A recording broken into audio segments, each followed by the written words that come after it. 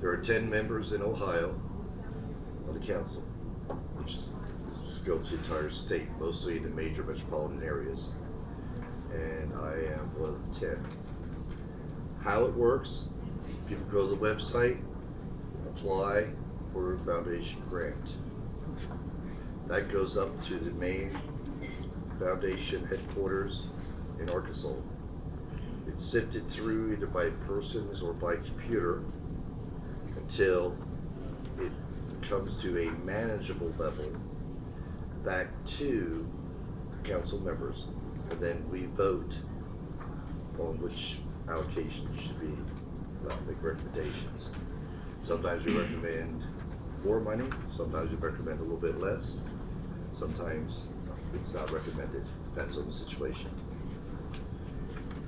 I'm going to work off the notes because I didn't want to set everything up for our abbreviated meeting, but 1.2 million. Now the interesting thing to look at with this, looking at the big picture, that's Ohio. We have a council in every state, plus District of Columbia and Puerto Rico. So you're looking at over $1 million times 52 locations. That's just for our foundation, for the state giving. Walmart also has national campaign through the foundation, such as American Diabetes, American Heart Association. We also have, as I was discussing with gentlemen and ladies, local possibilities. My foundation, the state foundation, starts at $25,000. We work with major projects. If you have something less than that, just looking for a couple of dollars to try to get some things going, then you can apply to a store who have their own budgets monthly based upon what the budget is for their sales volume and such. They can do some donations. Because of the volume this year, so far we've gotten 842 applications. So because of the volume, the foundation breaks it down into 2 cycles. We have 4 pillars that are a part of this: food, distribution for healthy eating, retraining, job training, women economic issues, and impoverished neighborhood. Now, those are our 4 pillars. Everything that is applied for has to fall under one of those 4 categories, right from the beginning. In this first page, you'll see it says 2 cycles. There's the first cycle, which deals with the designated focus areas, and cycles 3 and 4 are for focused giving and community engagement. What we have to do, since everything for all 50 states funnels into the one foundation in Arkansas, we've had to break the country down into 4 different cycle areas because they couldn't handle 5,000 applications at one time. So the applications come through at different time periods. Focused giving, I just want to read it real quick. That includes hunger relief, healthy eating. Examples include SNAP, cooking skills, nutritional education. Okay. That's what focused giving. Community engagement is a broader, includes programs focused on the unmet need of underserving populations. We realized a few years ago that while the main focus of Walmart corporate is food and nutrition, because as you well know, 1 out of every 5 children goes to bed hungry every night in this country. Which is kind of sad considering that we are one of the richest countries in the world. But that is a main focus. But then we said, that's okay, but we can't put all the money into one thing. What about a project in a community that is kind of not in the normal genre? Something special we want to do. Okay, well, we're going to open up in the 4th cycle the opportunity to apply for that. Excuse me. Again, this is dealing with the state foundation. Now, Walmart nationally foundation is well over $1 billion in what they give out in just food, disaster relief, American Red Cross, American Heart Association, American Diabetes, Children's Miracle Network, all part of the foundation. If you look at, this will be page 3, I'll give you some of the general eligibility. Organizations, first thing, and it's just, this is written in stone, as in the 10 Commandments. Must be 501c, period. I've applied for it, doesn't work. It's on its way, doesn't work. We're discussing it, doesn't work. You must already be registered on file with the federal government, the top 5, I think it's 500 charitable organizations, whatever, that have 501c. That's a given, right? Secondly, the Walmart Foundation state giving starts at $25,000 per project. So if you say, well, I only need 10 or 15,000, I would encourage you to look at some other means of funding. Perhaps go to a local Walmart, get 1,000, maybe have a fundraiser, maybe get some gifts donated that you give out as a fundraising door prize. Because our scope has to be 25 or more. The average being 40,000.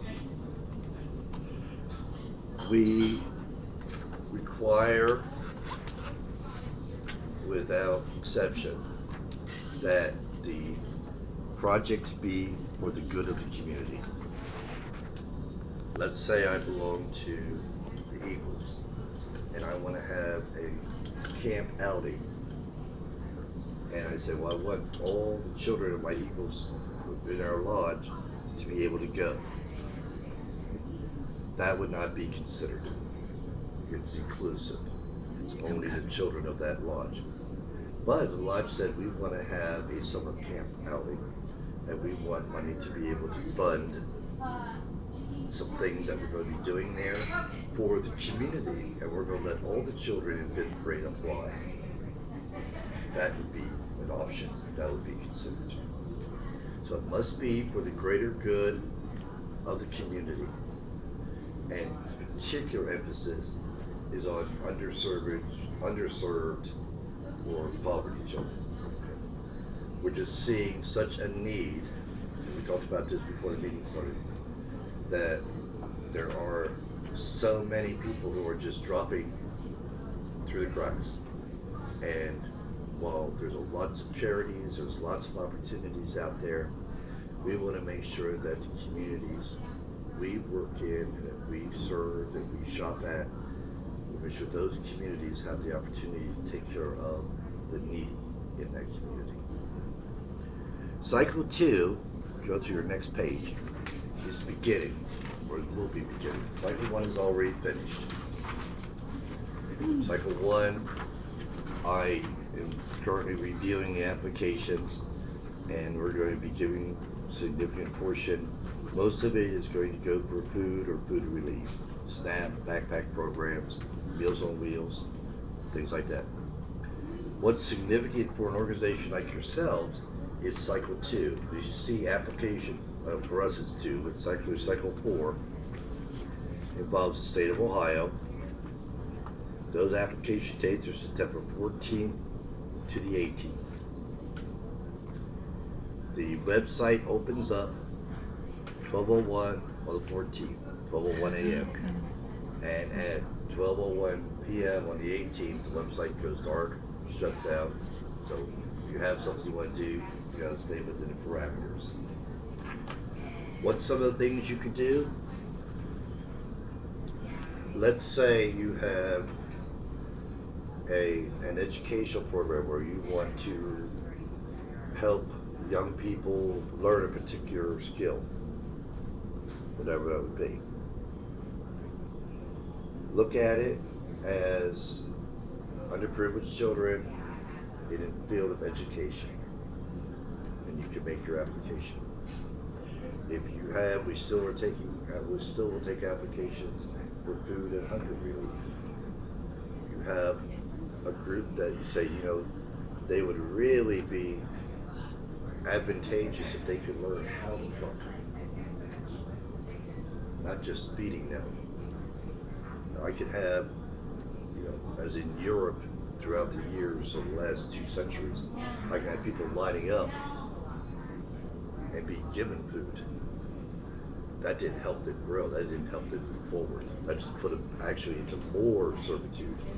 What we want to see is programs that help people learn to move forward, cooking skills, purchasing skills, nutritional diets. Those are fall under either food or education. Those would qualify on the next cycle. Be as creative as you want.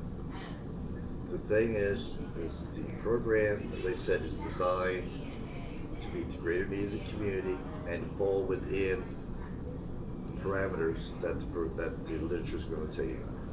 Now, there's 3 areas where you'll trip up. 3. I see it all the time. I've been doing this for 4 years. 1, you apply for something that we don't fund. Straight up. Apply for community education in cycle 1. That's not the right time. That's for food. Okay. That application is going to be kicked out automatically by the computer because it's the wrong cycle. Secondly, clarity. I'm just a simple city boy from Pittsburgh, okay? I know the Steelers and I know 3 Rivers. Where? What name? Where? What? It's that little pond about 400 miles east. But if I can't understand what you want the money for, I'm going to have difficulty approving it. And you'd be surprised. Sometimes people put in, well, we want to do this and this, and there's a wraparound, which is allowed. But there's a wraparound, we want to do this and this and this and this. And I'm reading it, and the wraparound doesn't have a correlation to what the program is. So I'm like, that doesn't make any sense. Now, it's not a computerized game, it's people. I'm a people. 10 of us are people. We have to understand what it is we're trying to ask for. So give us the facts, but don't overwhelm. Don't miss things, but don't put so many things in there that we already know. Does the website give you some direction on that? Yes, yes. Now, if you go to the website, it's a good question, Doug. We might as well go ahead and deal with that now. There are template sections, and it will say, what will this be used for? We have another section, questions say, how will you track this? Another section, what is your goal as far as distribution? Say it's food and distribution. It will ask you what age, ethnic, and groups as far as demographics. Okay, how many ethnic groups are you serving? How many age groups are you serving? And how many gender groups are you serving? Well, there's only 2 gender groups, but anyway. As far as I know. Yeah, that's right. There's only 2. But we'll ask you those specific questions. Some are just more confused than others.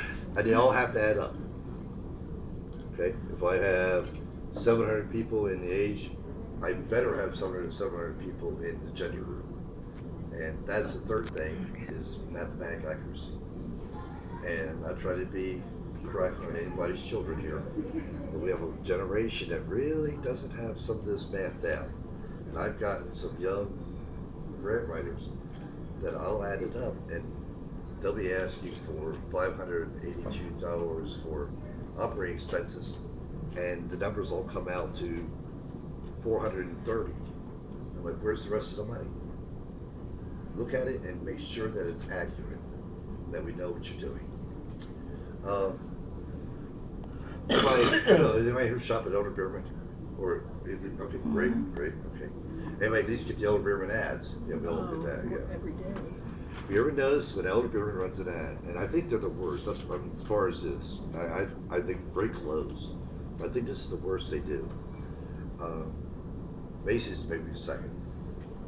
They'll run the ad and they'll have this whole ad, and then they'll have 2 paragraphs of exclusions. Yeah, you knew where everyone's going, didn't you? Yeah, exclusions. And I'm looking at one time they sent me an ad. our one day Friday only sale. Okay, doors open Thursday night. I'm like, okay, that's not a Friday only, but anyway, I got past that. But one day only sale. The first line in the exclusion was sale items not included. I was like, how can you take a % off on a sale if sale items aren't included? But anyway, I digress. There are exclusions, and those are very important. Okay, the foundation money is not designed to be used for advertising. It's not allowed to be used for athletic sponsorships. That you can have an athletic event, but you can't be a sponsor of one. If that makes sense. In other words, Police Athletic League would be a good illustration. Some of their charity projects could qualify, but they can't be sponsoring, a trip to the Bengals practice field, something like that. Capital improvements, it's not to go for mortar and brick. Memberships, political causes, that should be almost a given. Doesn't go for scholarships. Those are all worthy things, but it's not our focus. Our focus is to get the most to the people that is possible. A lot of people criticize Walmart for various policies and various positions that they take, but I've been with them almost 10 years, and I'll tell you, there is almost nothing they won't do within their allowable guidelines to take care of people. I've seen within our own structure, this also falls under the foundation, we have what we call Associate and Critical Need Trust, where voluntarily you can contribute money to the foundation through your paycheck. That's held in a pool, and if one of the associates has something happen in their lives that's traumatic, they can apply and get money through that That's nice. trust. Not too many organizations that are going to say, we'll take some of our own money and give it to you because your house burned down and you have no food, and we're going to help you get through this. They really do care about people. So it's exciting. As I said, there's 3 things in my life that excite me: college, Toastmasters, foundation. And it does excite me that the foundation is so oriented towards the people. Now, I need to say this because I'm in the Midwest. I've asked Justin about faith-based organizations. Okay? I'm sorry, it comes up.